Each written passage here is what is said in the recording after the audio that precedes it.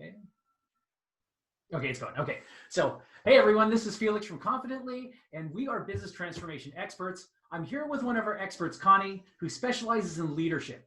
And we're here to give you a confident approach. And so, Connie, I heard that you had been working with a CEO of a very large franchise, and you found a very interesting pattern. So tell me all about it.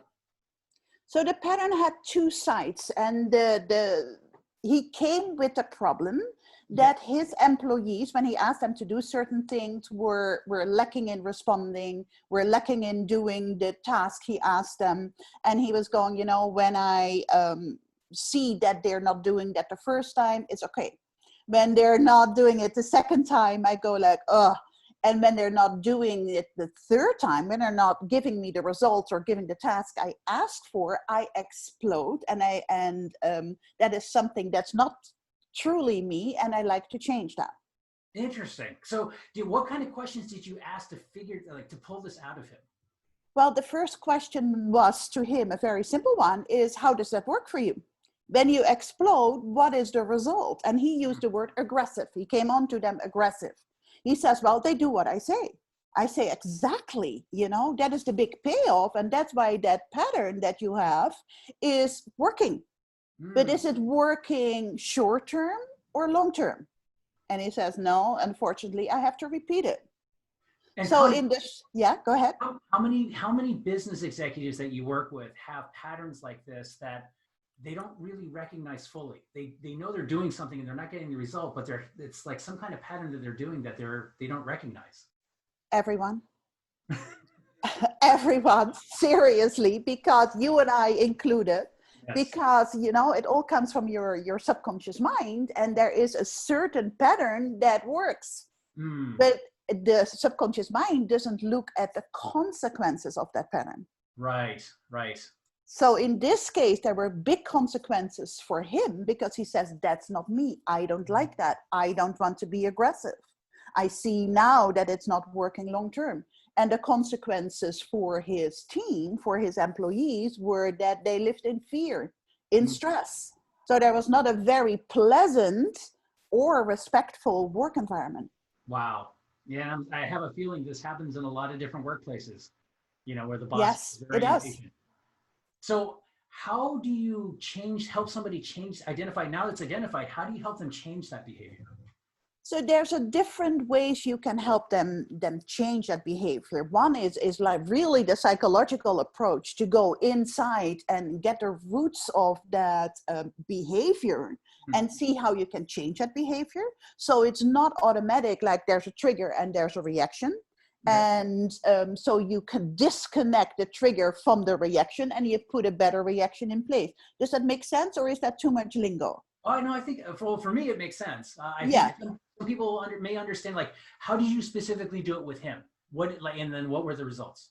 So what I did with him was, again, twofold. So I said, well, aggressiveness doesn't work. So what would work? And how would you need to be? What state of mind do you need to be in order to get the result you want? So your employees and you, vice versa, being respectful, but getting the job done.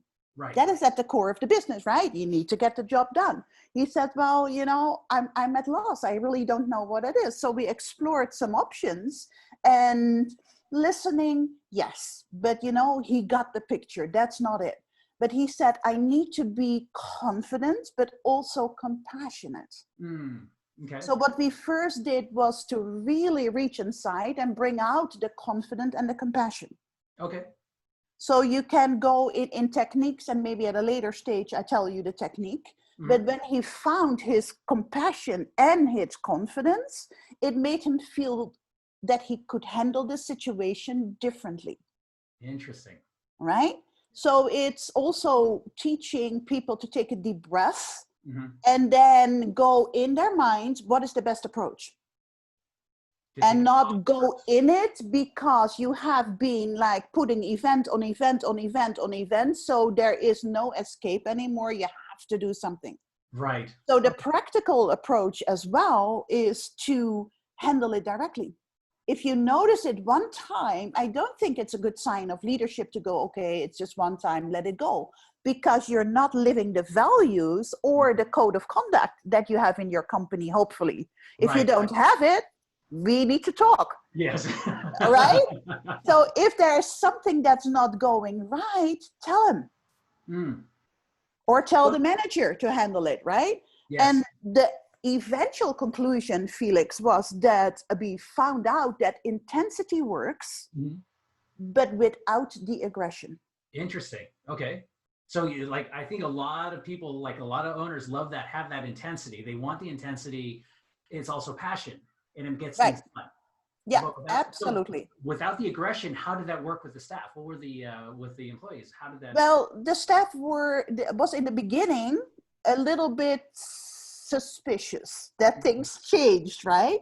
Right. But over time, and it was just a short time, a couple of weeks, they became more open.